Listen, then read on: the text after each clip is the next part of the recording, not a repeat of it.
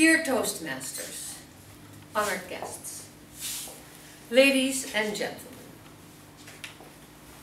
recently a dear buddy of mine fell in love with an adorable woman, slender, attractive, sweet smile, wearing red stiletto heels. You could say he fell heels over head.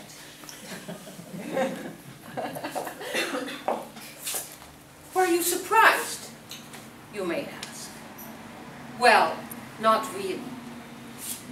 It was a kind of wake-up call, or a call to action. Falling in love is wonderful. We should do it more often. It brings movement, change, personal growth. We can't have enough of that. So, I decided to go to the internet to look for suitable candidates to fall in love with myself. Men who like Toastmasters, TED, the music of Richard Wagner,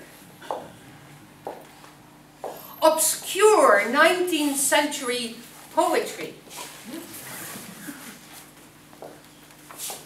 Magnum Infinity, or beef stew.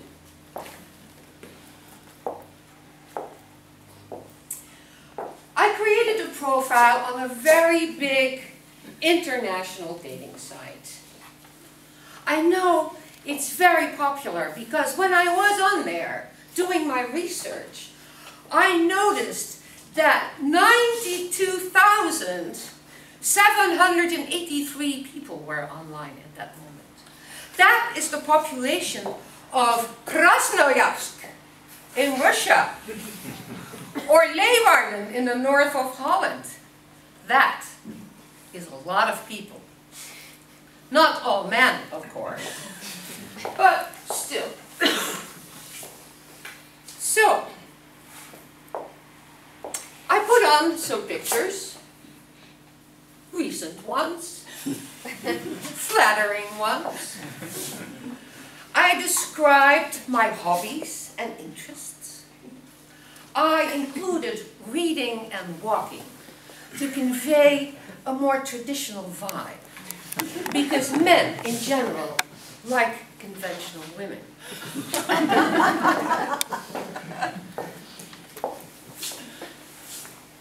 I included some of my favorites. My favorite food, my favorite books, my favorite movies, like Fight Club, Blade Runner, The Shawshank Redemption. Men like those movies. And so do I.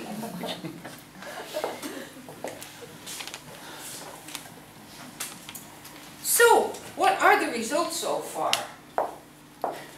Well, 87 men visited my profile. 7 left me a message. 4 of those had more than 3 words. And 3 of those could have been written to any woman on the internet. For example, Cupid Zeeks Venus 65. He writes, "Hello, sweet smiles. I'm very intrigued by your profile. I know you hear all the nice comments all the time. But I would love it if I could be the one to always put that smile from ears to ears on your face. I know I got what it takes to make that happen. Let me know if I'm possibly not out of your league, because I'm really interested in knowing you." He showed a picture of a portly, bald gentleman Standing next to a table is a very small, scraggly Christmas tree, decorated with 2.5 balls. In his hand, an empty champagne glass.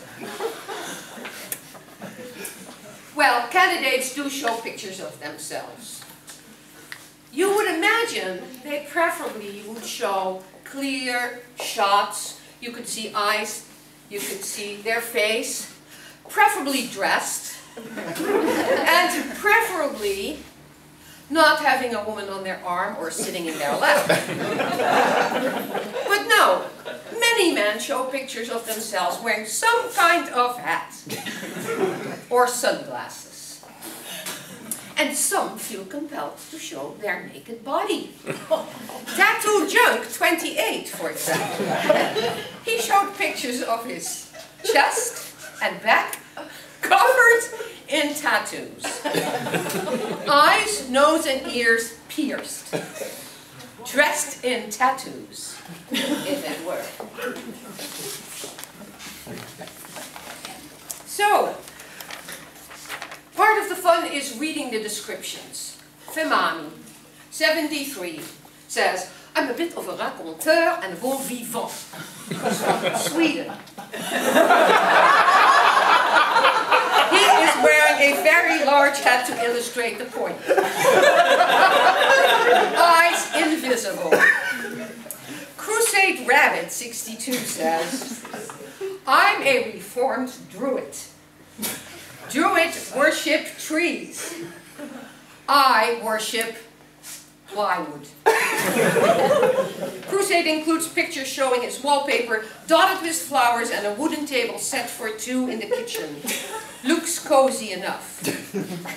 And little guy, 59, well, I'll skip him.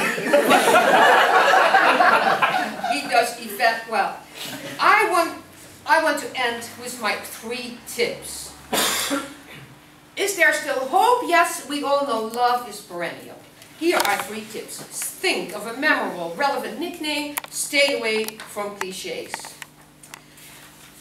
Show a clear picture. Keep your shirt on. Work on your text. Organize your material. Be sincere. Be truthful. And if you think you're funny, show. Don't tell.